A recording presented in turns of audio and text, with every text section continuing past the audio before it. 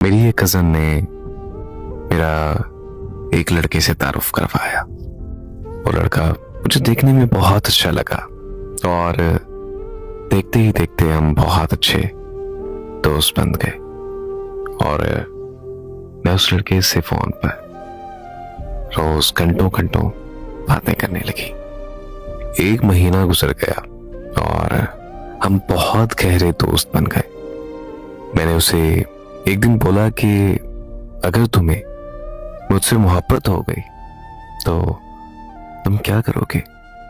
तो उसने मुझे बोला कि जब तक तुम्हें मुझसे मोहब्बत नहीं होगी मैं तब तक खामोश रहूंगा। तो आखिरकार मैंने उसे बता दिया कि मैं तुमसे बेहद मोहब्बत करती हूं और उसने भी मुझसे अपनी मोहब्बत का इजहार कर दिया।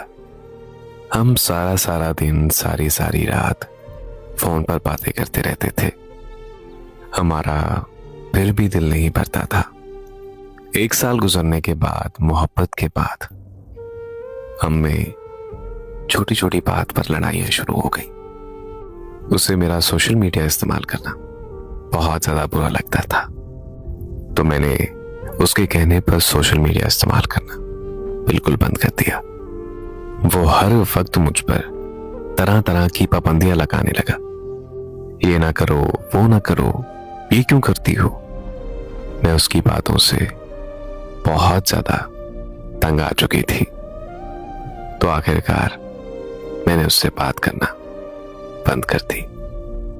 उसने मेरे बहुत ज्यादा तरले किए, मेरे बहुत वास्ते डाले, मुझसे बहुत ज्यादा उसने मिन्नत समाजत की। लेकिन मैं अब ठान चुकी थी, मैं उसे मुकम्मल तौर पर छोड़ चुकी थी।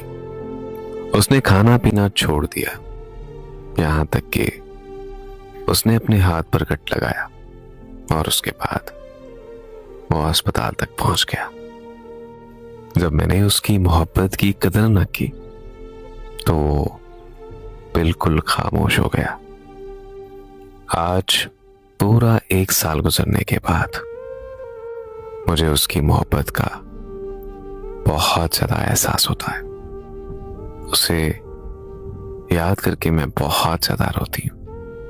मैं तड़पती हूं कि काश वो एक दफा मुझसे प्यार से बात कर ले, लेकिन वो बिल्कुल खामोश है और उसकी खामोशी मुझे बहुत अज़ियत देती है। आज जो कुछ भी मेरे साथ हो रहा है शायद यही मकाफात अमल है। मैं ये बात तस्लीम करती हूं कि मैंने उसके साथ बहुत ज्यादा गलत किया है, लेकिन आज मुझसे ये सब बर्दाश्त नहीं हो रहा।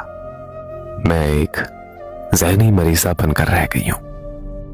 आज मुझे एहसास हुआ है कि किसी की मोहब्बत में तड़पना कितनी और किस कदर अज़ियत देता है।